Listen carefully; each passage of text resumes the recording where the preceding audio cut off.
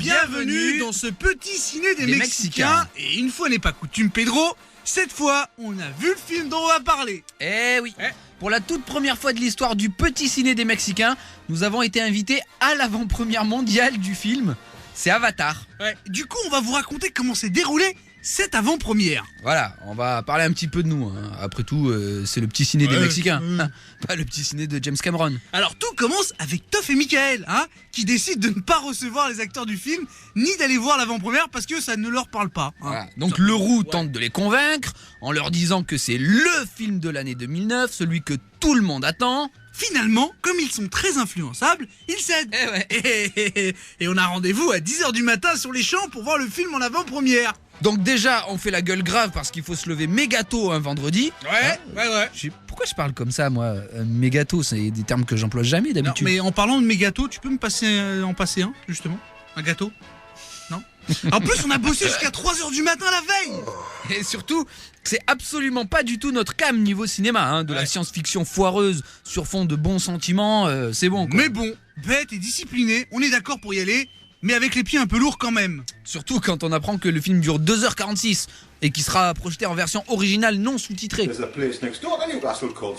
Du coup, 8h on se lève, on se brûle la langue avec le café, on se douche pas parce que déjà la bourre. On entre dans la voiture gelée et hop, direction les Champs-Élysées, 10 km de route. Sauf que 10 km à Paris à 9h du matin, ça prend 1h30. Voilà, résultat, on cavale sur la plus belle avenue du monde, on trouve le cinéma et là... on voit Roux, Jack, Michael et Sandra sur le trottoir. Enfin, Sandra, on avait l'habitude de la voir sur le trottoir, mais pour les autres... Victime d'une tofferie, encore une fois. Cet idiot ne leur a pas donné la bonne adresse.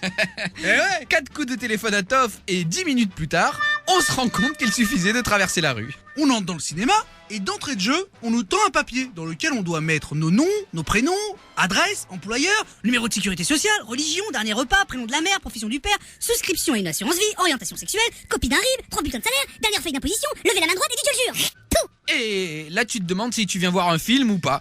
Même toi tu te demandes si t'avais pas prévu inconsciemment de tuer le président Obama. Surtout que 2 pas plus loin, t'as un vigile de 2m50 qui te fait les poches. Le mec te tire ton téléphone, ton PDA, ton baladeur et même le GPS. Il a tout pris. Là, tu commences limite à suer, à te demander si t'as bien fait de te lever ce matin. Surtout que c'est pas fini, Là, t'es toujours pas dans la salle.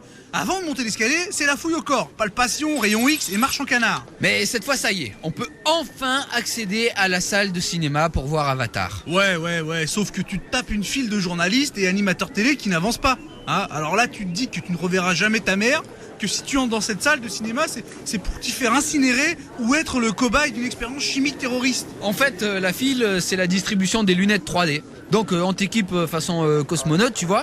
Pour voir un film au cinéma, ça surprend quand même, faut dire. Surtout qu'on n'avait rien demandé. Je rappelle qu'on voulait pas voir ce film. On s'installe donc dans le fauteuil, ça y est, on chausse les lunettes 3D. Et là,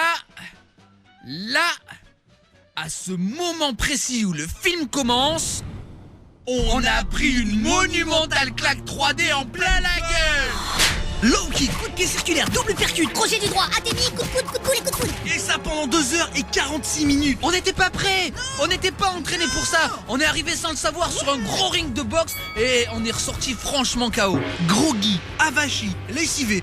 Ce film-là, Avatar, il nous a juste mis notre âme. Albatar. Du coup, courez, franchement, courez voir Avatar. Même si vous détestez la science-fiction. En revanche, oubliez pas vos protections. Avatar, ça fait très mal. C'est clair. Bon ben voilà, c'en est fini pour cette semaine.